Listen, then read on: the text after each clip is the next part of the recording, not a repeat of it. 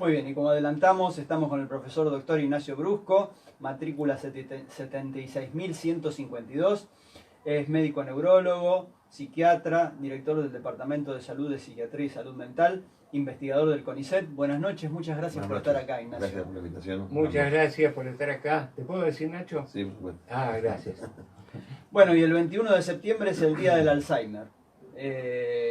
Contanos un poco por qué se conmemora este día y qué se espera para este día. Bueno, es un día internacional Uh-huh. y esa conmemoración es un poco extraña.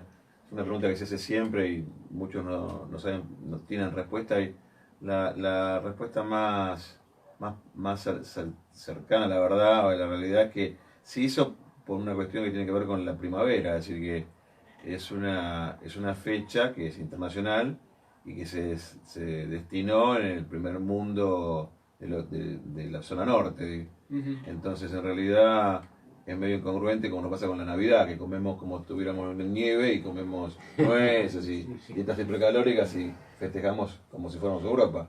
En realidad, hay que decir que el hemisferio norte empieza el otoño en este momento, Claro. el 21 de septiembre. Entonces, es una metáfora de la caída de las hojas, del envejecimiento. Por eso, muchas veces uno ve el parangón que se hace metafórico del Alzheimer es que se caen las hojas, el árbol cayéndose las hojas. En realidad nosotros deberíamos independizarnos y hacer que el del Alzheimer fuera el 21 de marzo, pero iríamos en contra de la corriente mundial y sería complejo. Así que se sigue conmemorando más que festejando este día en reconocimiento de la problemática que hoy es una pandemia la enfermedad, ¿no? Claro, claro. Sí, está muy, digamos, muy en conocimiento de la gente, pero en general la gente desconoce cuál es realmente la patología. Sí, tiene más prensa que conocimiento. Exactamente. Y temor también, tiene más prensa y temor, Muchísimo ¿no? temor. Sí, la gente sabe algunas cuestiones que son globales, pero hay algunas distancias que son complejas porque se fueron descubriendo en los últimos tiempos. ¿Qué es Por el ejemplo, Alzheimer? La enfermedad de Alzheimer es una enfermedad que lo que podríamos resumir es que es una enfermedad donde el cerebro Uh-huh. muere más rápidamente que el cuerpo Uh-huh. y que comienza por afectando en general, en la mayoría de los casos, no siempre, porque también se confunde, a la memoria, en el 85% de los casos aproximadamente. Entonces, un trastorno de memoria que además tiene una distancia epidemiológica, que es que cuando empieza el problema es cuando uno ya empieza a ser adulto mayor, que es a partir de los 60 años. Uh-huh. Que se llama senil, que en realidad decirle senil a una persona de 60 años hoy es medio difícil, pero bueno, se llama senil y presenil históricamente. Lo llamativo de esto es que Alzheimer, Alois Alzheimer en 1906, describe esta enfermedad en una persona presenil, a sus 21 años, porque hay dos grandes grupos de la enfermedad. El senil, que es lo común, y hay una enfermedad que tiene herencia familiar que se da en personas jóvenes.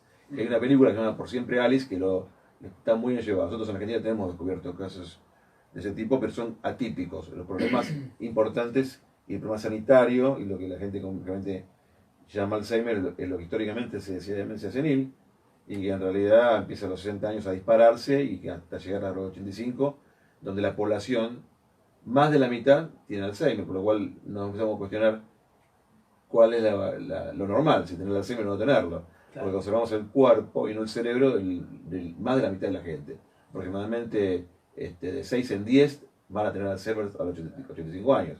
Uh-huh. Uno dice, uy, 85 años. Bueno, 85 años es una edad importante. La gente antes no vivía hasta los 85 años. Por eso empieza un quiebre epidemiológico y también epistemológico, en el sentido de pensar la vida y cuál es la enfermedad, qué es la salud, incluso también sanitario, que genera un problema de importancia. Agregado que esta enfermedad es una enfermedad que no es una enfermedad que no da ruido en el sentido de solamente lo corporal, hace mucho ruido psicológico, la persona no es más quien era, y además está acompañada de otro adulto mayor, que es otra persona vulnerable, por lo cual por lo mínimo hay dos personas en general, y esa persona que la acompaña también tiene una enfermedad, o por lo menos que un problema importante sanitario que se llama sobrecarga de cuidador en otra persona de 80 años. Tal es así que muchas veces se nos va el cuidador antes que el paciente, y cuando se va el cuidador el paciente ya está casi desahuciado porque hay parejas de 50, 60 años que están viviendo juntos y la simbiosis esa es infranqueable, ¿no? Claro. La enfermedad de Alzheimer entonces es una enfermedad que afecta a la memoria y después va progresando a otras funciones cognitivas y conductuales. Otra cuestión que pueden comenzar, que a veces no se describe con precisión, es que la enfermedad de Alzheimer asocia un problema de conducta que se llama apatía, que es la falta de motivación para cualquier instancia, no solamente para las cuestiones, no es una depresión, es la falta de motivación incluso para sufrir. Es decir, no se angustian ante una mala noticia, ni se ponen contentos ante una buena, se abandonan los hobbies, se abandonan los proyectos, los trabajos, y esos son los dos primeros síntomas, ¿no? La memoria reciente y la apatía. Luego se van agregando otras funciones como el lenguaje, como el reconocimiento de las caras y problemas de conducta más graves. Nosotros decimos muchas veces que no hay enfermedad sino enfermos, mucho más en la enfermedad de Alzheimer. Lo que uno era lo es más. Entonces, lo que uno era de base lo es más, por lo cual tiene la idiosincrasia de cada persona. No hay un Alzheimer igual que otro, una persona con Alzheimer igual que otra. Sin embargo, hay cuestiones generales que se pueden evaluar, ¿no? Más allá de eso, sí hay diagnósticos médicos que se pueden hacer con cierto nivel de precisión objetiva en este momento. ¿Y hay antecedentes genéticos que puedan incidir sobre esta patología? Claro, dentro de esa precisión que estamos hablando, la precisión tiene que ver con uno de los marcadores que uno puede tomar, que es un marcador no de estadio, sino un marcador de predisposición, que es la medición genética. Si hay genes de riesgo, dentro de los cuales nosotros estamos estudiando en este momento en la Argentina y para el Cono Sur, tenemos proyectos para toda Latinoamérica, pero tenemos lo que llama ancestría de esta enfermedad, que los genes de riesgo son varios genes que se conjugan y cuando se conjugan aumenta el riesgo.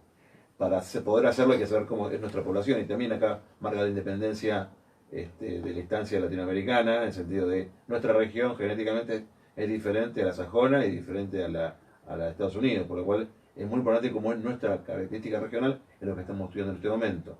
Por otro lado hay genes que se llama ApoE, apolipoproteína E, que cuando el número 4 aumenta fuertemente el riesgo. Es una de las enfermedades que más carga genética tiene de las esporádicas, y no mendelianas, así que uno tiene carga genética y no significa que lo va a tener, significa que tiene alto riesgo para tenerla y puede modificarlo. Algo parecido a lo que pasa con el cáncer de mama. He conocido el caso de una actriz que tenía alto riesgo y se sacó una actriz americana que trajo las mamas para disminuir el riesgo, porque el riesgo era muy importante. Eso se llama un poco medicina predictiva actualmente, a partir de mediciones genéticas predictivas que permiten ver dónde estamos parados en cuanto al riesgo de enfermedades.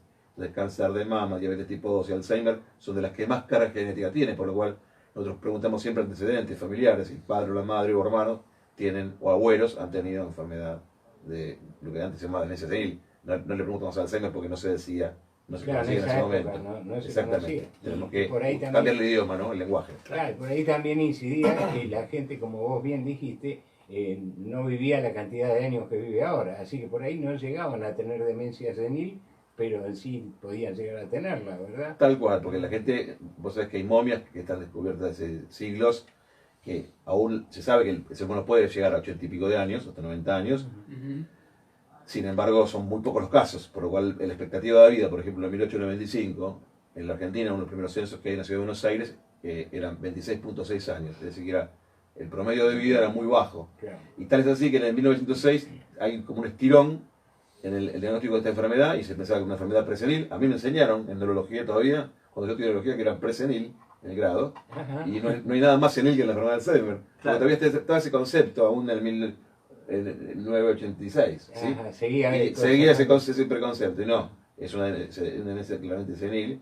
Y lo que pasó es que hasta el año 80 aproximadamente, los criterios, no hubo nuevos criterios de Alzheimer, sino prácticamente no se habló de Alzheimer, hubo como casi 70 años de silencio de esta enfermedad. Hasta que a partir de que la gente vive más de 60 años, generalmente más de 70, empieza a haber una explosión. Para que ustedes tengan idea, a los 60 años, la enfermedad de Alzheimer es 1 en 20, sería el 5%, es alto. Imagínense que ustedes del colegio eran 40, ponen claro. 2, si nacieron a los 60 años. Cuando yo era más joven, las personas de 60 años para nosotros eran viejos, y ahora que uno está por tener casi cerca de esa edad, sabemos que nos sentimos como jóvenes y la gente a los 60 años rehace su vida, reestructura un montón de proyectos. La gente de los 60 años es joven, sin embargo, 1 en 20 tiene Alzheimer. Esa situación va creciendo fuertemente hasta dispararse que más de la mitad de las personas a los 80 años, entre 80 y 85, tienen la enfermedad, por lo cual se van despertando genes que habría que taponarlos, esa era una idea, hacer prevención de la enfermedad, taponarlos para que la enfermedad comience lo más tardíamente posible por la cuestión familiar, y también lo que creo que es importante, que es médica obviamente, y también financiera, porque cada paciente de Alzheimer gasta por 10 en salud. El paciente mayor sabemos que gasta más. Bueno, el paciente con Alzheimer gasta por 10, por costos directos o indirectos, por lo cual los costos son muy importantes. Eso es la explicación interesante que por qué China ahora deja reproducirse más de un hijo. Porque a partir de un estudio epidemiológico que se llamó 1060, un estudio mundial, vieron que la proyección para el 2050 era muy alta, y habrán cientos de millones de personas con Alzheimer, y que lo va a haber, pero la población juvenil va a estar casi abolida. Claro. Y no iba a haber reemplazo económico para solventar ese gasto por 10 en salud de los pacientes mayores.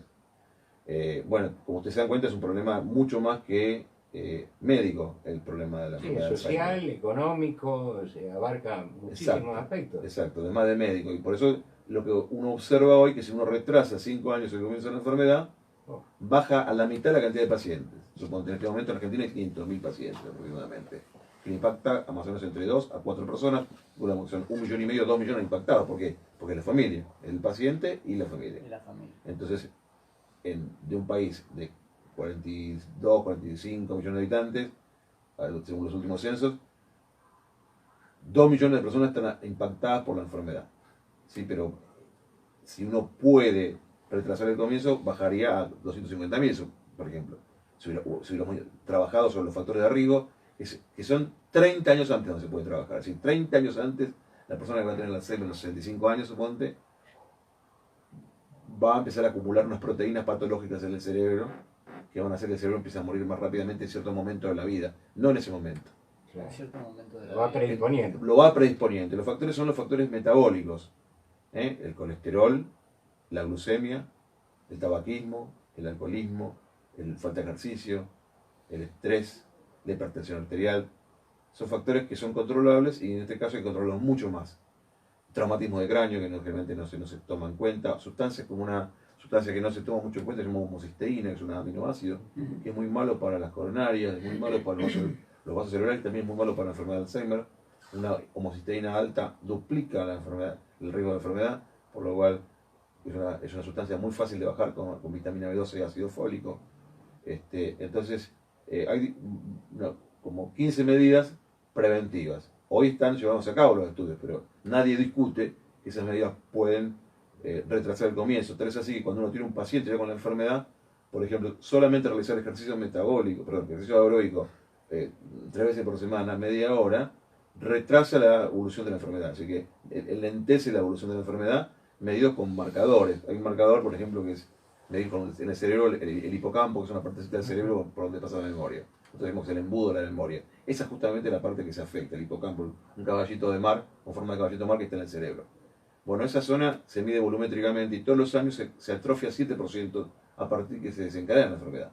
Se ha visto, por ejemplo, que el ejercicio aeróbico, eso es tan fácil, tan asible, tan simple, disminuye ese porcentaje, así que permite pasar de 7 a 4% hacer ejercicio aeróbico, aún en el paciente con la problemática. Imagínense hacer ejercicio aeróbico programado antes. Quiero aclarar que el ejercicio aeróbico no es ir al banco, como hace algunos celulares que miden la cantidad de caminatas, ¿no?